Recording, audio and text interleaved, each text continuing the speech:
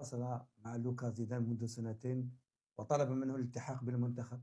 نعم، نأكد لك المعلومة هذه لأن كان السيد عزيز بوراس اللي نحييه يعني بالمناسبة هو اللي قام بالترتيبات، وكان هناك كلام بين الناخب الوطني ولوكا زيدان في مركز سيدي موسى أثناء واحد التربص. تكلموا مطولا، ولكن انذاك كانت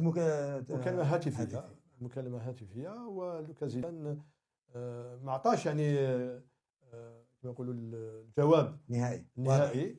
بقاو يعني قال نتواصل وبقات الامور هكذا. يعني الناخب الوطني كان ينتظر، يعني اعطى الوقت اللازم للحارس باش يخمم، باش يشوف الظروف تاعو. بعد اذا هو قرر باش ياخذ يعني القرار باش يجي للفريق الوطني هو اللي يكلم. نظن باللي ما كانش هناك تواصل بعد ذلك، وبقات الامور هكذا الى اليوم، الى غايه وصوله اليوم، وخذ القرار بعد نقول لك سنتين او اكثر. نظن باللي بالك اللاعب عاود راجع اموره مع مرور الوقت، اكثر نضج، شاف هل يعني المشروع ككل لانه فيه عده كما نقولوا جوانب.